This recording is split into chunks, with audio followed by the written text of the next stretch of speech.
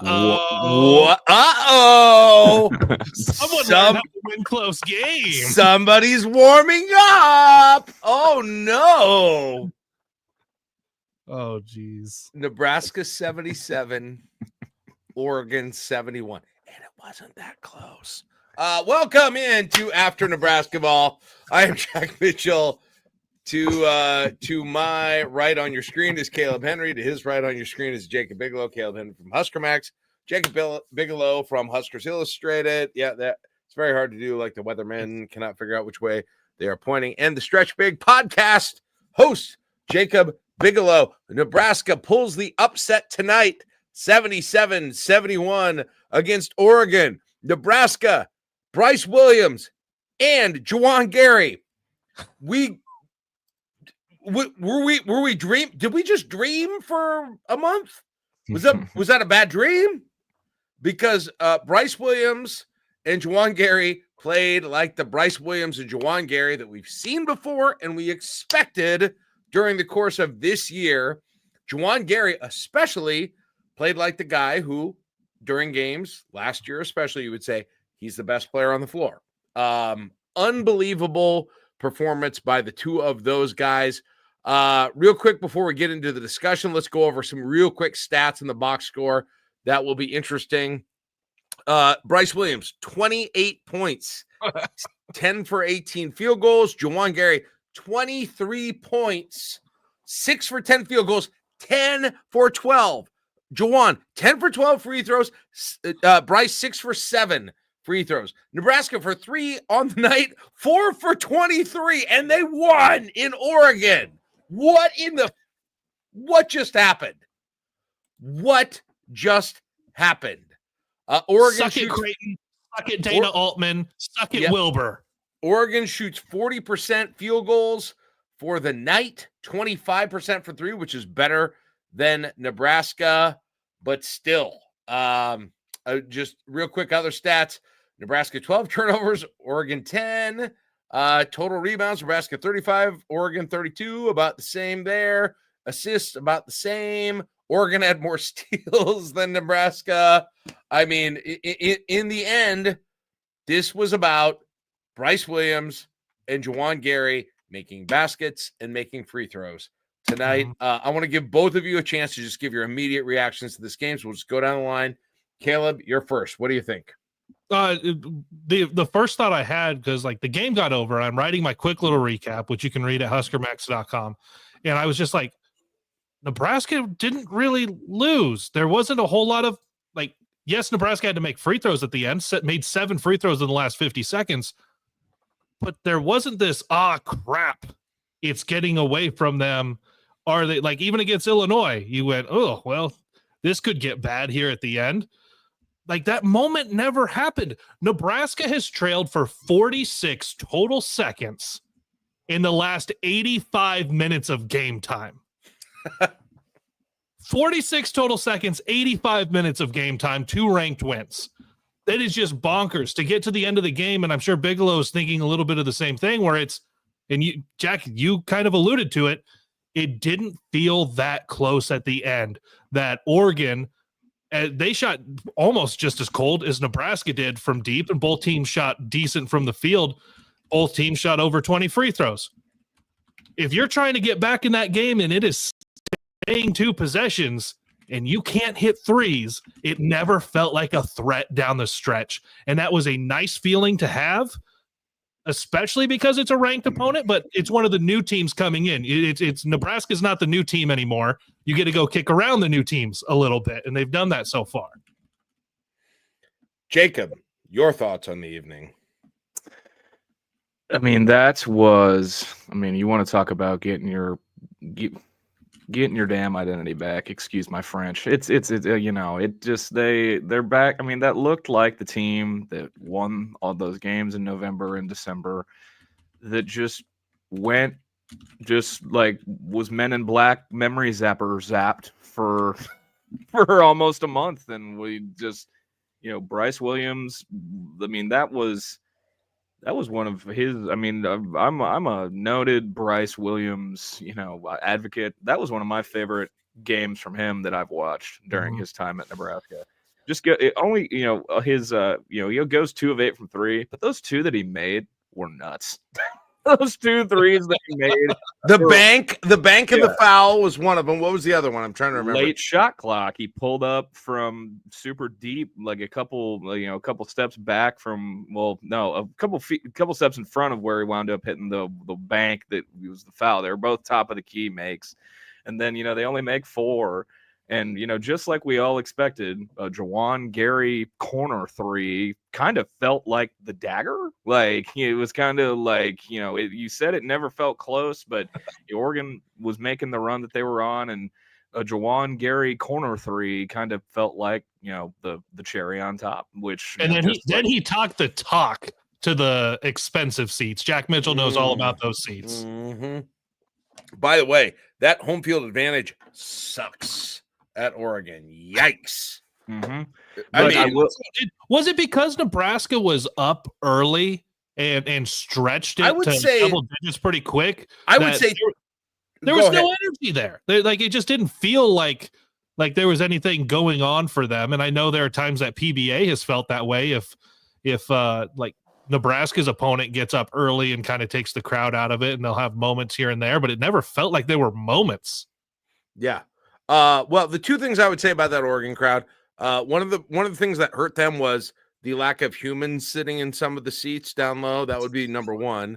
And number 2, the students looking like they were having as fun really as the entire time, winning or losing. It was just like they were there to make sure everyone had fun. So, who sounded more enthusiastic, the Oregon crowd or the former Pac-12 network play-by-play crew that we got to hear throughout the majority of this game that just kept on kind of alluding to what would a win mean for this team's resume? What would this that was kind of like it was like their prep sheet just had 1 bullet point on it, and that was all they kept alluding to. They got the Dana's from Nebraska. Oh, hey, his brother's here. They got that done within. I thought that was his dad. And live ball turnovers. Yes, that's the only other talking point they managed to get to. I was watching with my 14-year-old daughter, so we had double screens. We turned down the Nebrasketball TV and we turned up the Grammys. So I don't want to hear your takes on that. I really don't. But I heard Pink Pony Club blasting from the living room. We had we heard some Chaperone, we heard some Sabrina. We heard a lot of that stuff. But nonetheless, that's not what we're here to talk about. I mean, we can break down the Grammys if you want after the Grammys. Yeah, we can do it after the after the Grammys. Oh man. Okay, we got to get one thing out of the way first, right? I have not heard anyone, and I don't know if you guys maybe will disagree. I have never heard Nebraska fans agree on one thing more ever, I think maybe, than their opinion on the uniforms tonight. Yeah. Well, I'm part of that. I did hear a couple people go, "No, I kind of like them," and there were a couple guys on the Discord that said they were kind of digging them. Oh, did they? Okay. Cool. I was not that guy. I liked it on the social media post, because here's the beautiful thing about pictures you put up on social media. You can kind of angle things in a certain way. And I was like, oh, those kind of look nice. And then they got them on the floor, and I was like, is this the warm-up? Did they forget to go to the full jerseys? That said, Black History Month jerseys are goated for Nebraska the last couple of years. I dislike them. That said, I would like to wear them. If I ever see any other uniform, I will be furious. Ever. They have to wear these in Seattle now, right? Yeah. And by the way, don't they usually do this with home uniforms? What's happening here? I'm so confused. They took it on the road this year. Do we still wear the one with the colors, the Casey Tominaga Black History Month uniforms? Will those happen at home? Do we know that? I don't know what's happening. Or is Nebraska just red for the month? Maybe. What would happen if? Well, never mind. I'm not. This is a weird place to go, and I don't want to. Yeah. Anyway, I mean, I have so many things I want to say that are not mean-spirited, but could be taken wrong. And Bigelow, you had a text to this effect tonight, but I just don't want to Anyway, Jack, back to the game. And so Bigelow, thank Bigelow, you, please, thank you. Yes, I appreciate that. You liked a previous matchup that turned out to be terrible for Nebraska. Mhm. Tonight, though, the matchup with getting to the big and neither team being able to sniff a 3-pointer turned out to be a really good matchup for Nebraska. Absolutely. Yes, it did. I mean, Nate Biddle, I expected to see the full-on Nebraska double the post thing back in full force tonight with Nate Biddle, Oregon's leading scorer, leading rebounder. And he finished, plus minus is not an end-all be-all stat, but if your leading scorer is minus 23 in plus minus in a game you wound up losing by 6, that's pretty abysmal. They were tough with him. He didn't really get much of anything going. Just 4 points, 3 boards, 2 assists, 3 fouls. Nebraska owns big men. We can say it. Listen, they're not going to the Final Four. They're not doing any of that, but they own big men. For the last several years, they have absolutely owned big, high field goal percentage big men that have been dominant against other teams. How they do it? I'm not saying Biddle's dominant. He's not Edey or Kalkbrenner, but I mean, once again, they did it, you guys. Mhm. Once again, they completely neutralized a big kind of in that same, genre of player. It's wild. Mhm. So how well they've done with this. So you had that on defense, as well as from the get-go. We've talked about this before too, but just the energy all over the place on defense, and then using that to at times spark the offense, but also on offense, not shooting well from 3, but not just settling and saying, okay, we're going to keep chucking. Bryce and Juwan especially getting downhill, getting to the rim, and that's what they did against Illinois, and that's what worked. And I know they took it to another level tonight, though. It was Juwan especially. Juwan. Yeah, Juwan especially. It was so nice to see them get downhill and get there, and it paid off with the number of free throws that they were taking. It paid off with the high percentage that those two guys tend to shoot inside the arc. Bryce Williams with some of those mid-range shots. Juwan with his dunks in the middle of there. Like that is what this team does best. And I think I texted the both of you guys in our group chat. It didn't work out. You got late in the game. There was a couple minutes left. And Nebraska went into we're just going to dribble. And then with 10 seconds, we're going to go. And Bryce Williams pulled for 3. It didn't go. But I said, finally, with a lead, Nebraska is doing what you saw so many opponents do, where they just said, here's our best player. He has the ball, and he's going to go try to make something happen. And then a little bit later, he got strung out around half court, threw it to Raleigh, and Raleigh hits that 16, 17 footer. It was just like, good, go do the thing. Let your best player have the ball and be your winner. And then they get the free throws all at the end, but I liked it. Just put the ball in Bryce's hands and let him win the game. Do you know Raleigh was 4 for 4 field goals? 4 for 4 with 11 He points. needs to shoot more. We've been saying Raleigh Wooster needs to Everyone has. Everyone's like, get that dude Steph Curry style shooting way more. 4 for 4. Connor Essegian 0 for 3. Connor Essegian doesn't hit a shot. Bearcat goes 1 for 7 and has 3 points. But again, Bryce and Juwan, and God, I don't hate to pat myself on the back. Do it. But Kaleb, man, it is crazy.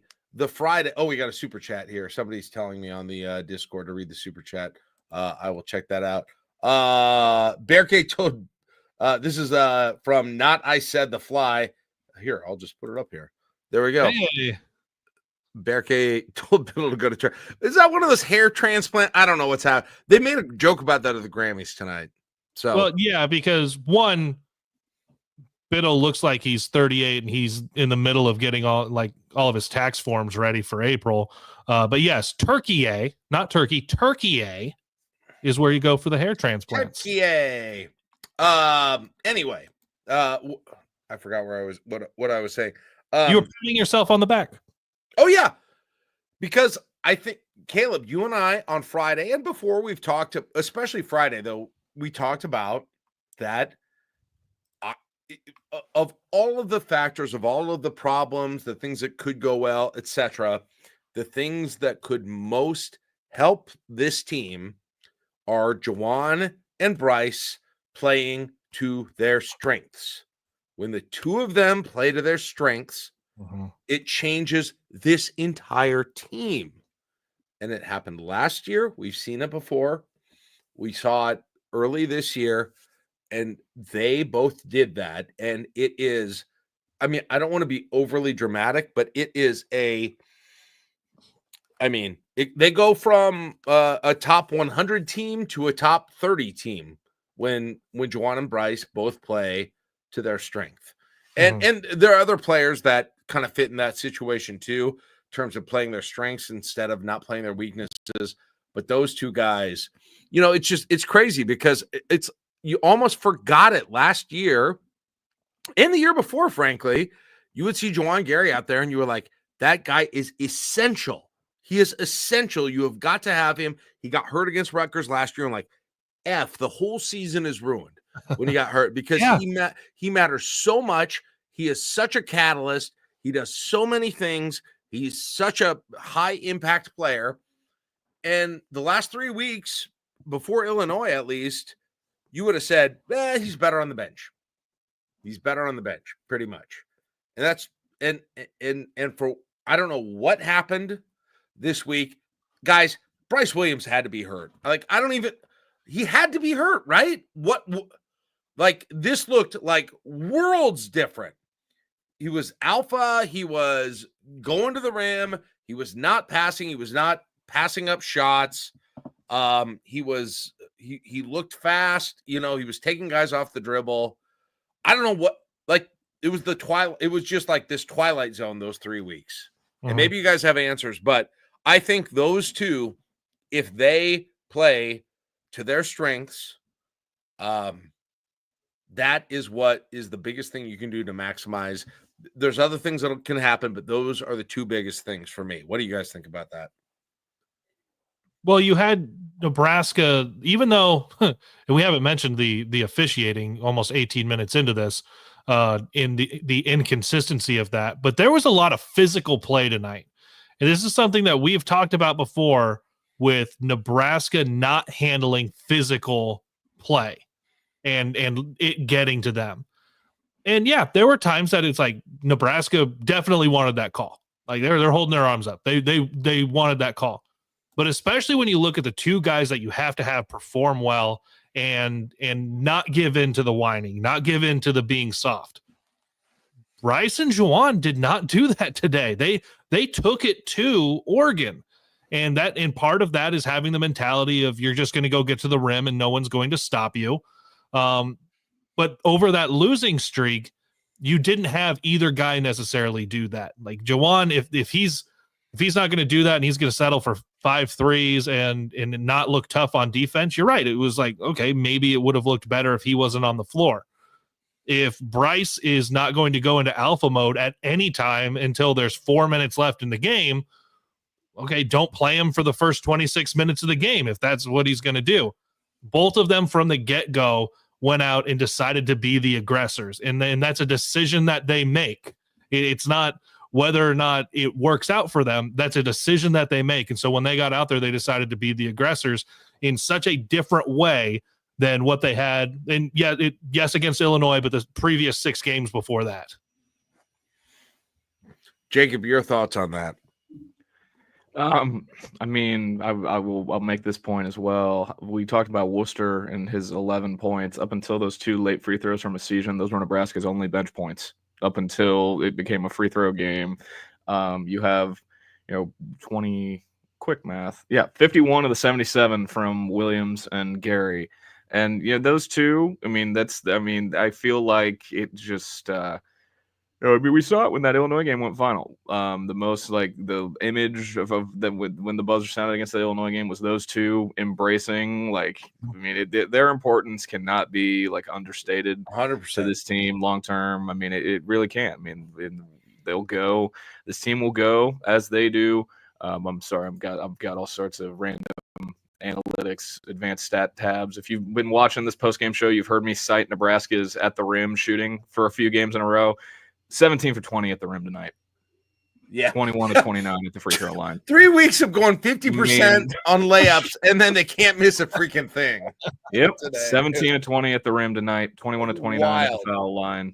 That's how you go 4 for 23 from 3 and win on the road. Is you're making your bunnies, you're getting fouled, you're drawing contact, you're getting to the line. And and even Berke, who back in the starting lineup tonight, only has 3 points, goes 1 of 7 from the field.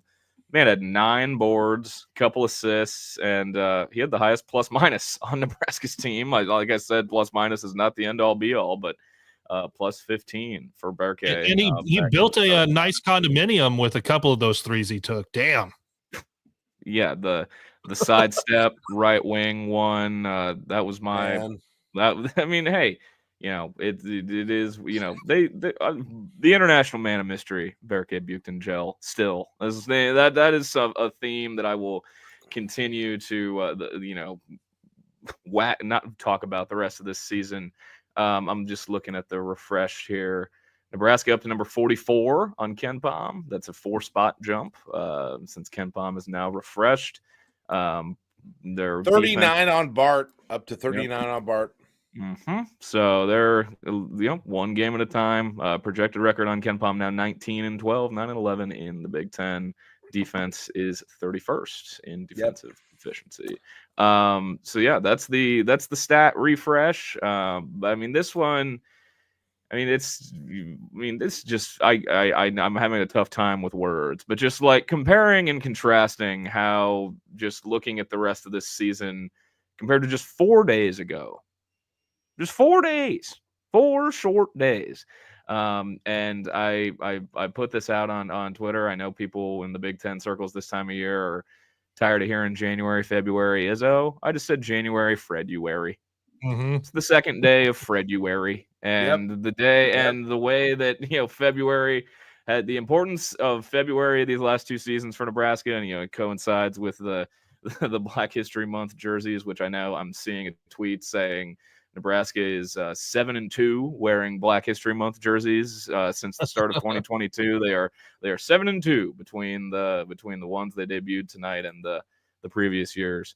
Phenomenal. So February has always been, in this new iteration of the Fred Hoiberg era Nebraska basketball, it's been pretty damn important, and no better way to start it off than a second road win in the span of 4 days. Second ranked win. My bad. Yeah. How about Nebraska getting out on transition tonight, guys? Like that was another thing that I thought was so different. I was just watching the highlights on BTN, and that Bryce, they got out in transition, and the Bryce around the world pass under to Gary with the dunk. But I thought that was another one of the big things that was different is they got transition. I don't know what the numbers are, and you guys can maybe give them to me, but it felt like they got a lot more transition points than they had when they struggled, for sure. 24 fast break points. Like that's good, and that's one of the things that you heard the broadcast talking about. Oregon wants to speed this up. Well, Nebraska didn't come out and, full Doc Sadler the crap out of the game, like didn't come down and you were going, wow, they are waiting until under 10 every single time down floor. Nebraska didn't do that until there was under that last media timeout. But Nebraska found a way to get good shots. And if there was an opportunity, took off down the floor. And there are times that you can get sped up with that press that Oregon was trying to utilize. And there were a couple of times that turned into turnovers. But there were also some times where Nebraska broke it and went and got a good shot. And so 24 fast break points against a team that would have preferred you to run, and Nebraska outran them in the moments that it mattered. What a weird game, just like you think if Nebraska wins that game, they get wildly hot. Connor Essegian goes off, like 5 for 9 from 3, that kind of thing. And it just none of that happened. None of that happened. It wasn't the 3-point shooting. It wasn't a huge margin on turnovers or rebounds or putbacks or steals, really, or any of those things. It really just wasn't. It was being slightly better field goal shooting because of Juwan and Bryce and Andrew Morgan. We probably again, Morgan ended up with 8 points, but they were, I think they might have all been in the first half. I'm not sure if that's right or not, but felt like they were all in the first half. But again, you had a couple of them. He scored 4 each half. Oh, did he have 4? Okay. Yeah. Terrible take by me. But I remember, yeah, you're right, because one of them he had a layup in it. I can't believe it went in. And that was when I came to my realization that, okay, now layups are going down. They just haven't fallen forever, and they were going down there at that point. But yeah, man. And then Bearcade, 9 rebounds. Bearcade 9 rebounds. Bryce had 7. Jiminy Christmas. Bryce ended up 7 rebounds, 6 assists. Yeah, obviously the 28 points. That's a complete game that he put together out there. I don't know what something was wrong. I can't diagnose what it was. I don't know. I don't know if it's physical. I don't know if it's something else. But he was a different person for a while. He was a different player for a while. And now he looked like what we know him to be and have seen from him. And that bodes well. If that can stick around, that bodes really well for Nebraska. And if Juwan can stay in his role and do what he does, and Raleigh, that one of the interesting thing, guys, and I'm curious what you both think of that, is kind of the transition of Raleigh Wooster from a starter to a non-starter, right? And from a point guard to a whatever he is now. Whatever he is now. But I mean, honestly, he's become it's a better fit than being a point guard on this team right now, right? Yeah, he's someone who he's not the main ball handler, but if you get into a situation, it's better for him to have the ball than like three other guys that are out there at times. So especially the big guys. So he's found a way I think he's carving out a decent role over the last couple of games in the way that this is, where he doesn't have to be the guy initiating the offense. And it's not that he ever really was doing that to a large extent, because Fred Hoiberg's offenses haven't had a true point guard, and they haven't tried to, for the last couple of years, run through a point guard. They've tried to run through their bigs, and that's not, as we've talked ad nauseum about this year, that's kind of not the bigs that you have to run it. But Bryce initiating a lot more of your offense, finding Juwan, finding Connor Essegian, and in the midst of all of that, you find Raleigh Wooster, who's a little bit more comfortable in where he's at, and he's not afraid to take that shot late in the shot clock, and he shoots perfect today. So it is nice to have him with that ball handling, especially in a game like today where there's so much that Oregon is pressing, and Raleigh is making those good decisions in the backcourt. Isn't it crazy, Bigelow? Like, you get Raleigh and you're like, okay, they have finally got a proven point guard, right? They have finally got this thing that they've needed for all of the lies we told ourselves at the beginning. All of the things that he's been a starter for years. He's an experienced distributor. And really what his best attributes are now are kind of, finding a bucket when somebody needs to find it down, like inside, right? At that point. And like, it's just not at all what I expected from him. But again, this team it's almost like they sat down and said, okay, what are your strengths? What are your strengths? What are your strengths? What are your strengths? We need to play to those and quit playing to our weaknesses. Your thoughts on that, Bigelow? Yeah, I could not agree more. I mean, he the amount of mid-range between Bryce and him, the amount of like big mid-range twos that have been made in these last 2 games, which is like notoriously like a shot that Fred Hoiberg hates. And he's got two really experienced dudes who have played a lot of basketball, and when they just need one to get across the finish line. They've gone to tough makes in the mid range, whether it's Bryce or Raleigh. I mean, that's both something that's in their bag, for lack of a better word. And Raleigh Worcester, as he is possibly the most interesting season of his college basketball career is going to be his final season with the way that his role has changed. From like you said, like, oh, we got this guy. He's played this much true point guard. Look at like his assist to turnover ratio, and now he's coming off the bench, and he's their star sixth man in a road win against a top 20 team. Not what you would have expected at the start of the year, for sure. Did you guys see the graphic that was going up near the end of the game? Nebraska now is tied for the lead in the league with Purdue and one other for the most ranked wins on the year, with 4 ranked wins. Yep. They also mentioned it, and I couldn't get a picture of a graphic or anything, but they said Nebraska hasn't had 4 AP ranked wins in the same season in 26 years. Did I hear that correct? Yeah, the graphic at the end said it was the first time that they had Wow. four ranked victories. And guess what? There are going to be more opportunities the rest of this year. Well, yeah, as it stands right now, you still have ranked games coming up against what? Is Michigan ranked right now? I think Michigan. No, they're not. No, they're actually not. Yeah. Actually, as it stands now, this is wild. As it stands now, there are no more ranked teams on Nebraska's schedule. Not until the Big Ten tournament. Wow. Man, are you about to talk yourself into something, Jack? You mean like 5 seed in Indianapolis, or what are you talking about? Like we were holding conversations about what is the 3-season run look like for Fred Hoiberg if they lose the final 11 games of the regular season, and instead now it's what if Nebraska men's basketball wins the final 11 games of the regular season heading into the Big Ten tournament?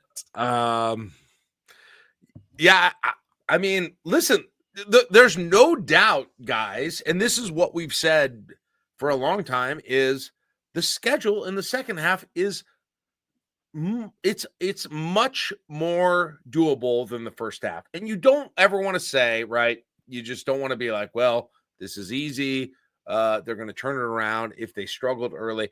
But if they can do what they did today on the road, if they play like that, guys, I mean, oh man, I'm going to regret saying this, but if they play like that, they shouldn't lose again this year.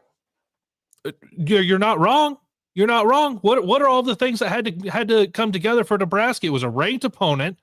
It wasn't a top 5 team in Pinnacle Bank Arena in the middle of a 20 or almost 20 game win streak. It was a ranked opponent on the road.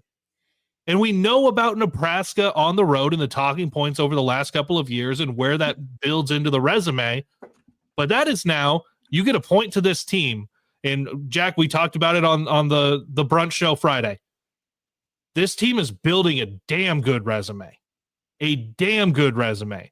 And now you get to add into it ranked win on the road at Oregon. And Oregon's going through it now with a couple of losses in a row. But for the Huskers and Fred Hoiberg, we had said just figure it out, go 1-1. Go 1-1 in the Pacific Northwest. Now you can go sweep the Pacific Northwest. Take all that momentum to Seattle on Wednesday. Yeah, Jacob, how do you think, I mean, where would you describe kind of Nebraska's place within sort of the just the NCAA tournament pecking order? Of course, we don't know till the end, but how much, I guess the better question is, how much did today's win significantly change the likelihood they end up in the NCAA tournament? That's probably the best question. I mean, right now I think they are going to have, they're projected on both, Torvik and Ken Palm to go 19-12 and be 9-11 in the Big Ten. But I think if they were to finish there, I think they've got a very strong case just with some of the wins that they've amassed so far to this point. I don't think they're mean, there's a few more quad one, chances left on the board. I think the two like biggest, wins for games for resume's sake. Well, I guess I didn't realize how well regarded Ohio State is. They're 26th in Ken Palm, and I don't know where they are on Torvik. They're 35th on Torvik, but 26th on Ken Palm. I forget where they're at in the net. And you've got them twice. You got the second game against Maryland coming up on the 13th, and then that Michigan game on a Monday night, toward the end of the month. Those are going to be the big, the resume games left. And then you just also so happen to have games against all the teams that are below you in the standings left. Mm-hmm. And that's, not to try to get anyone having delusions of grandeur. Like the Big Ten has shown plenty this season, just how drunk as hell, some of these games can be. But you've got Penn State, Northwestern, whose best player is now out for the season, Minnesota, and then Washington is next up. And those are the teams that are, currently below you in the standings, since you're at 4-7. But I mean, those teams are all left on the schedule. Yeah, that's 4 of your 9 games left or against the teams below you in the schedule, and not in the schedule, in the standings. And I mean, you gotta like the way that I feel like I said this at the very beginning of the year. Like the second half of the schedule is a lot more manageable than the first half, and and there's definitely there's a path. Dare I say a path? So that's all you need. That's all you need is a path. Jack, you had laid out a path, and one of those games that you put into your not happening category was at Oregon. Yeah, just a couple hours ago. Like, what does that do for you? As we're not going to do our NCAA tournament confidence, and there's still another game between now and that brunch show Friday. But for me, it feels better, a lot better. I mean, so you get 5 more wins. You've got a shot. You've got an okay shot. You get 6 more wins. You're in a pretty good place, although not guaranteed. Okay. Mm-hmm. So, but that's out of what, 9 games left? 9 left, 5, 6, plus 7, Big 8, 9. Yeah. You got 9. And if you look at Torvik, they've got Nebraska favored in 8 of them, including the Washington game. So you'd have to pull off 2 upsets there, right, to get to 10-10 and 20 wins. It's this. I mean, this game was a giant eraser in my mind. It was a giant eraser. You knock out 2 or 3 of those losses. You knock out the USC and Rutgers losses is what you do with this, right? Mm-hmm. This is guys, they are now at this point in quad 1 wins. Let's see. They were 3-6 going into it. So is it 4-6 now? They are 4-6. Yes, they are 4-6, and they are 50th, or they were coming into today. And you've got to go up 1, 2, 3, 4, 5, 6, 7, 8, 9, 10. You got to go up to Memphis at 40 to get to anyone who has more than 4 wins. Memphis is 5-1. West Virginia, 2 spots above them, is 5-5. Not all that different. Oklahoma is 4-5, and there's Oregon, who's 8-4 in quad 1, who Nebraska just beat. By the way, if as you guys look at the net rankings and where Nebraska is, the average net ranking of the first 4 out teams over the last 4 tournaments is 47.4. That 47.4 is the net ranking of the remaining opponents? No, that's the average net ranking of the first 4 out over the last 4 tournaments. Good call. And Nebraska is 50, but that's before the Oregon game. The highest net out of those to be left out was Indiana State last season at 29. There were 3 others that were as high as 40. So that gives you an idea of where a Nebraska Power 5, Power 4 team, though. I like Indiana State's different. Yeah, and that's as high as 40. That's where that is. So 40. All right. Yeah. So if you get to 40 or better, you're feeling like you're in a good position for that at large. Washington, guys. If you could go get 2 wins on the road in the Big Ten in one fell swoop on a trip to the Northwest, and you cannot let up. you get that one, and the entire season has changed on a dime if you go out and get both of those. But we can all see the scenario, right? You go out and get Oregon, and then you let up at that point. You can't let up. The Huskies have got Wilhelm. They've got Wilhelm. They've got some. They just beat Minnesota, right? Indeed, they snapped their own 6-game losing streak. They had dropped a few in a row going back to the day after Nebraska's last win. They lost to Illinois, Michigan State, Michigan, Purdue, Oregon, UCLA. Those are all teams that are pretty well regarded. But they got off the schneid at the barn over the weekend. The guy for Washington that you'll hear plenty about is named Great Osabor. He is getting quite a significant NIL check to be at Washington this season. He followed Washington's coach, Danny Sprinkle, from Montana State to Utah State and now to Washington. So they are attached at the hip, and he's a pretty good player. Some other names for them are Makai Mason, Vazramana Diallo, and DJ Davis, and then, of course, Wilhelm Breidenbach, or as Juwan Gary called him at Big Ten Media Day, my boy Willie Wilhelm. That's what when he got asked about the West Coast swing, and he said, I don't know if I want to play on Oregon's court. That'll make my eyes hurt. And then we get to go see my boy Willie Wilhelm. That's what he said. Well, the court's not as bad, is it? That court's not as bad, is it? No, they updated it in the off season. Yeah. Mm-hmm. All right, real quick, we're gonna wrap because we've been going for a while, but man, we got a lot of. Thank you everyone for joining us. By the way, are we doing this? Are we doing this on Wednesday? Well, hold on. First, let me say we got 150 people watching. Thank you for joining us. If you want to continue watching us throughout the rest of this year, subscribe, like whatever YouTube you're watching on, and ideally both, I guess. I-80 Club and Husker Max. Set notifications because it'll let you know when we go live. It kind of varies from game to game when we go after the game. And then the other thing, well, hold on. One more thing. I want to go through a few comments on the chat, on the Discord, and then we'll wrap it. Because D-Dub says, there you go, Bigelow. If they D-Dub says if they go 10 for 10, they're going to be in an 8-9 game of the tourney. Their metrics and quality wins will be solid. I mean, I think that's the spot, right? 10 and 10, 20 wins overall, regular season. And then whatever happens in Indianapolis after that is kind of icing on the cake, probably. And then BTM, also shout out to Bryce and Delano. Oh, yeah, that was awesome. Has anyone else had a more miserable year in a city and then claimed it as his own? I love Bryce McGowan. I love post-career Bryce McGowan's way more, not that I disliked him when he was here. I love Bryce McGowan's loyalty and dedication to the Nebraska basketball program is one of my favorite things in the world. Well, think about how many times do we see it in whatever the sport is? Someone spends one season effectively at a school, and it's like, well, how much did they really care to be there?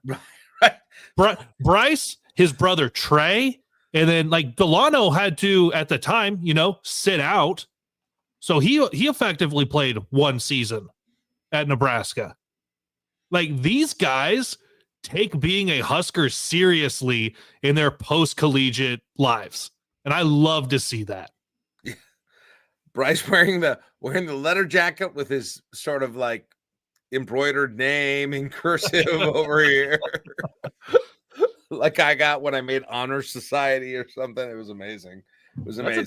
That's a 2-hour drive from Portland too. So that's a 4-hour round trip drive from Portland. Bryce Williams has moved up after his career, has continued to move up in my favorite former Nebraska ball players year after year after year, to the point that he'll show up to like these alumni events with the old guy. He'll show up and hang out with Eric Strickland. And they'll be like, Bryce McGowan's is here, your favorite Nebraska basketball alumni. He's got a letter jacket he wears around. I just want to shout out Bryce McGowan's. Shout out. Come on our pod sometime. I love that that's such a cool thing. You could completely ignore that part of your life. It would be very easy to just delete it and forget about it. But for whatever reason, he chooses to celebrate it all of the time. And I just think it's really cool. So, guys, okay. So we are considering, and if we can make it work, the three of us have been texting.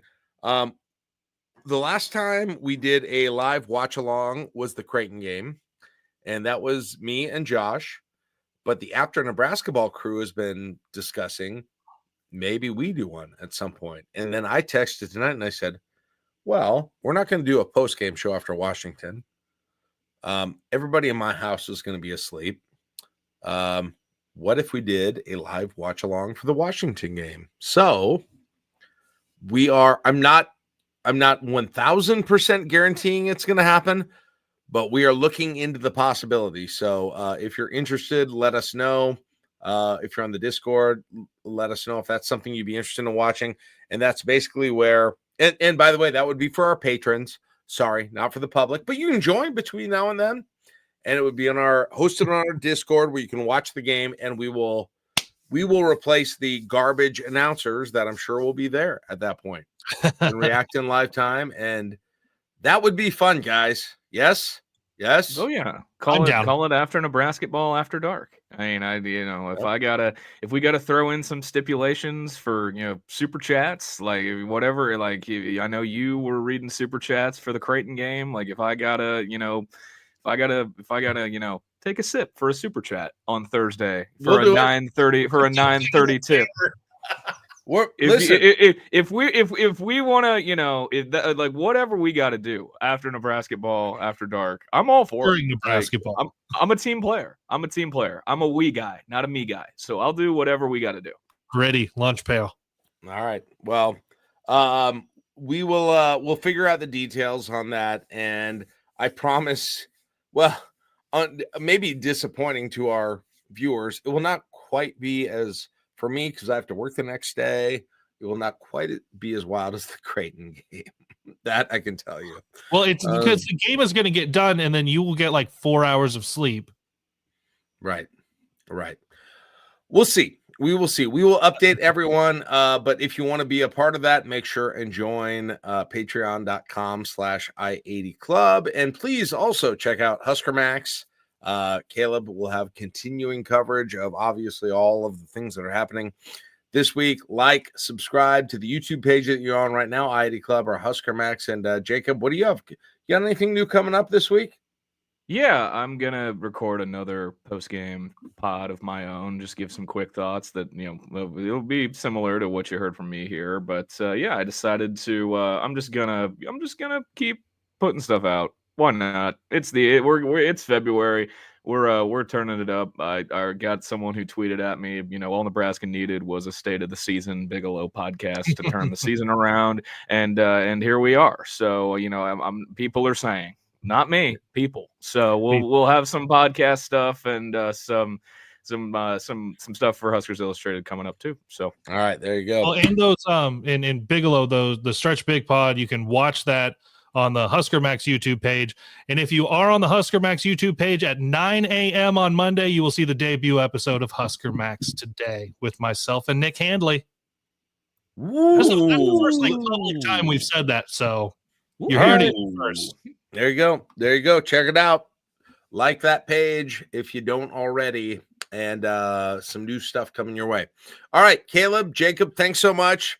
Guys, that was a lot of fun, and we'll see everybody coming up in maybe it's Thursday night, right? Wednesday. All right. Wednesday. Maybe in some form Wednesday. We will see. That's TBA, but for sure it's happening. For sure, we will see people coming up next. Again, is that another freaking Sunday game? Good Lord. There's no Saturday games in this month. Ohio State coming to Lincoln on February 9th. So there you go. Super Bowl Sunday with the Fighting Jake Dieblers. Oh, that's right. So dumb. All right. Bye-bye, everybody. Have a good night. Bye-bye. Bye-bye.